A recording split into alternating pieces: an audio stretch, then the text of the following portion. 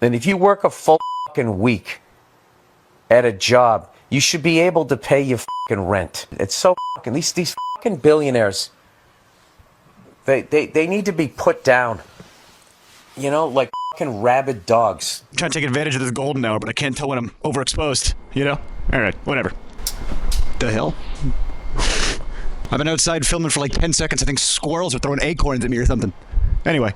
So I just watched the new Bill Burr special, Drop Dead Years, I believe is what it's called. It's on Hulu. Hey, that's peculiar. Usually Hulu, you know, isn't known for their comedy specials. I believe Jim Gaffigan has done a few Hulu specials.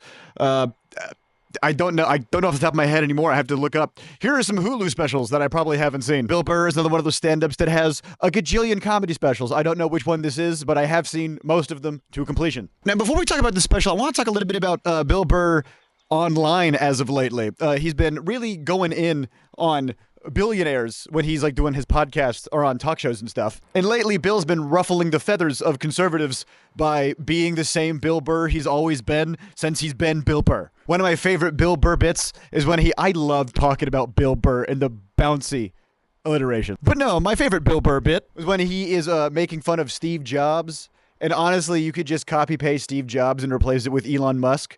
And Bill Burr is just being authentic and true to himself and on the money as usual. No, but conservatives have been giving him poo-poo lately. Kind of like when Republicans on season 4 of The Boys was like, wait, they're making fun of us. Conservatives are waking up to class consciousness woke Bill Burr, and they're getting mad. Oh man, every comedian's going woke. Now, before I talk about this Bill Burr special, how woke was it? Was it funny? We're going to talk about if it was funny too, I promise. But if I may briefly talk about why comedy has always been woke, and if you think comedy is inherently not woke, you're dumb. All of that and more in today's video, sponsored by me, Jake Weddle. Would you like to see Jake Weddle live? As of recording this on Wednesday, this should hopefully... Hey, I'm trying to do a take here, birds. Jesus. Try to do my plug. My sponsor, Jake Weddle's going to kill me if I don't get this out. Yeah, I'll be performing at the Raleigh Comedy Fest this Friday today and Saturday tomorrow. Event details are in the description of this video. Also, Bunker Productions dropped their first long-form video. 30 MrBeast intros in 3 minutes. I just put 10,000 human brains in 10,000 dogs. Which one will pass the test? We're here in the Windy City to see just how hard these boys here can blow. 24 hours in war-torn Ukraine! There will be a sequel. It was too fun to make. Now back to why you clicked on this video. Rage bait. Comedians have always been woke. I hate when people go, oh, George Carlin would have been a conservative these days. No, he wouldn't. Comedians have always dealt with censorship since the birth of whatever this weird niche performance, not art, is. And the censorship has always come from conservative institutions. And what has been censored in stand-up? Well, Lenny Bruce was thrown in jail for doing religious humor, making fun of religion under obscenity law. Conservatives have always hated counterculture characters such as Richard Pryor, Joan Rivers, Moms Mabley. You know what comedians they usually let on TV? The squeaky clean ones that are appropriate and good. Comedians who don't rock the boat. I said in a previous video that comedians, are supposed to feel like rock stars of their craft, and it is not punk rock to be a conservative. Stand-up comedy is an overwhelmingly male-dominated industry. Women comedians, gay comedians, trans comedians who are able to get an audience also get a lot of hate for just existing. You know what isn't being canceled? Every single conservative comedian doing a pronoun joke, and it's the same dumb pronoun joke, and they're getting hundreds of millions of dollars from Netflix to do it. I know we've talked a lot about how much we love Dave Chappelle on this channel, but I don't love everything.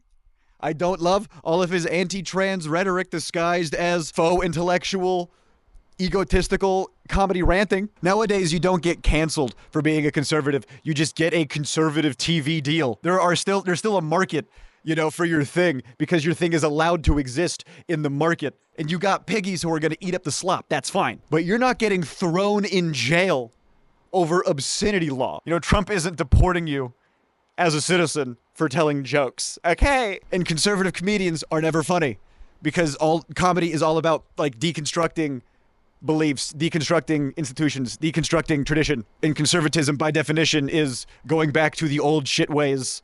Or keeping, oh no, things are fine. No, they're not. Stop conserving things. Stand-up comedy, art, media generally, is inherently left-wing because it takes a brain a little more creative to think of other things rather than keeping the status quo. The conservative red-pilled community is not red-pilled because they all say the same dumb red-pilled bullshit. My pronouns are kiss my ass. Thank you for the millions of dollars. Lame, boring, trite, snooze.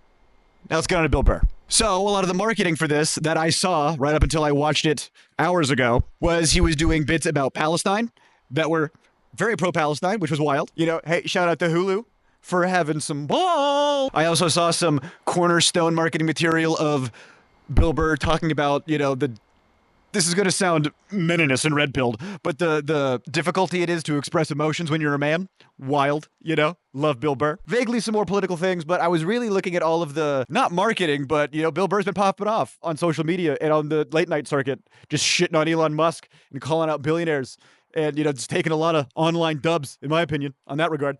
So when I was gearing up to watch the special, I was very, very excited. But before I get into what I thought about the material itself, I do want to talk about like the production of the special, as I always do. I'm one of those dorks that loves looking at the production. Pretty soon we're going to have a video, comedy specials directed by other comedians. People like Bo Burnham, Gerard Carmichael, Drew Michaels, Chris Rock. There are a lot of names are going to be in that video, so look out for that one coming soon. But how is Bill Burr's Drop Dead Years directed? I thought beautifully. The cinematography was great. It wasn't like shaky cam really for the most part. It felt really grounded, but it felt very cinematic. Lighting. Oh my God. What the hell? Who lit this fucking thing? I haven't, as of recording this, I don't know who directed the special, but I'll put it right here. Holy shit, that rocked. And Bill Burr's performance, top of his game. One of his best. One of his more introspective, one of his more vulnerable. But Bill Burr, you know, he had a stint, you know, in the mid 2010s where he was starting to do like the anti-woke thing, you know? Like, cancel culture's bullshit, man, you know? Like that easy fucking dumb take that every shitty comedian has. He was dipping his toes in that briefly. I think maybe on like specials like Paper Tiger. But he has since steer cleared of that doom scroll of a pigeonhole. Similar to Anthony Jeselnik, he goes, nah, just be better at comedy and quit complaining, which is honestly the red-pilled thing to say. But I was surprised to see that there wasn't as much overtly political content in this special. He did do some gay and trans bits up top that honestly... When Bill Burr talks about politics, what I love about the way he does it is he sets it up as if you are a conservative getting ready to be like, all right, straight white man punching down against one of my favorite groups, blah, blah, blah. You know, it starts off thinking like it's that dude brawligarch comedy, you know, but then he subverts it in a way that's really subtle, really clever, and it ends up being very, very pro left-wing jokes that still do the thing in comedy I love, where it kind of brings you to the crossing of the line, I guess, if you're a conservative. Oh, how dare you? If you're on the left, you're like, oh yeah, that's a good point in a joke. Ha ha ha, clap, clap. But it's like a bit about you that you can go, okay, that's true. It like one of those I see where you're coming from bits that isn't judgy. You know, nobody likes being talked down to. It's almost like he's doing jokes for the conservatives to be like, see, isn't what you're thinking and doing a little silly? And this is a much better position, but he's doing it through the lens of comedy, and you don't think he's doing that. In the subtext of what he's doing, that's exactly what he's doing. But unless you're a fucking dork about stand-up like me, and instead you're just watching good comedy and seeds are getting planted, that's art, that's media, you know? Oh God, I miss when content had themes. Oh my God, I miss thematical resonance. So much of stand-up right now is just dumbass fucking crowd work clips. I love absurdist shit too, but watching the new Bill Burr special feels like watching, you know, semi-peak Carlin. I did think it's not like the best special in the world. Like there are parts of it where he does a lot of stand-up about his wife and his family, and a lot about stand-up about being a man and it being difficult to express yourself. And that was honestly a good portion of it. And it was very, very introspective, very, very well done. I thought it was very, very poignant. But I wasn't finding myself, you know, like cackling. It was very good. But honestly, it's kind of cool to see Bill Burr dip his toes into the more artsy fartsy. You know, he's not sitting there doing laughs per minute, you know? No, and honestly, it felt like in the structure of it, if I may, he did like that shocky trans joke up top, followed by like a gay thing, and then he steered off of politics for quite some time, and then did the Palestine bit that if you saw the marketing, you pretty much saw the bit, and that's pretty much all he really had to say on that. It wasn't like too profound. It was a stance. It was wild to see that sit on Hulu, which was cool, but it wasn't like, you know, earth-shattering or anything. And then it felt like that felt like marketing to put that up top, to get people chimed in, to get people, you know, like, whoa, what's he talking about? Because then he pivots and talks about his family and his personal growth and his mental health journey. I fucking love Bill Burr. Now, I did feel a little, you know, subverted because of the marketing, you know, so I do feel like I wanted one thing and got something else, which I liked the new thing I got. But I would love to see a hyper-class conscious Bill Burr stand-up set, the same way he talks about relationships and marriage and mental health, same way he does in that Steve Jobs bit. I could do a whole special of that. And he kind of does that on his podcast. I mean, he just kind of, I don't know why he hasn't done more of that on stage when that's all he talks about on his podcast, it seems. But I don't know, I'm not Bill Burr. Are you Bill Burr? Leave it in the comments, Bill Burr. Anyway, stand-up is inherently left-wing and woke. That's why it rocks. Conservatives are not funny. Bill Burr is funny. I'm giving this special an 8 out of 10. I do recommend it. And if you want to see me in Raleigh, North Carolina, you can see me Friday and Saturday. Link in the description below. Leave a comment. Who do you want me to talk about? What do you want me to talk about? Are you liking the direction of the channel? Do you like my haircut? Mom? Do you love me? Leave it in the comments down below. Like and subscribe, all that jazz. I appreciate you.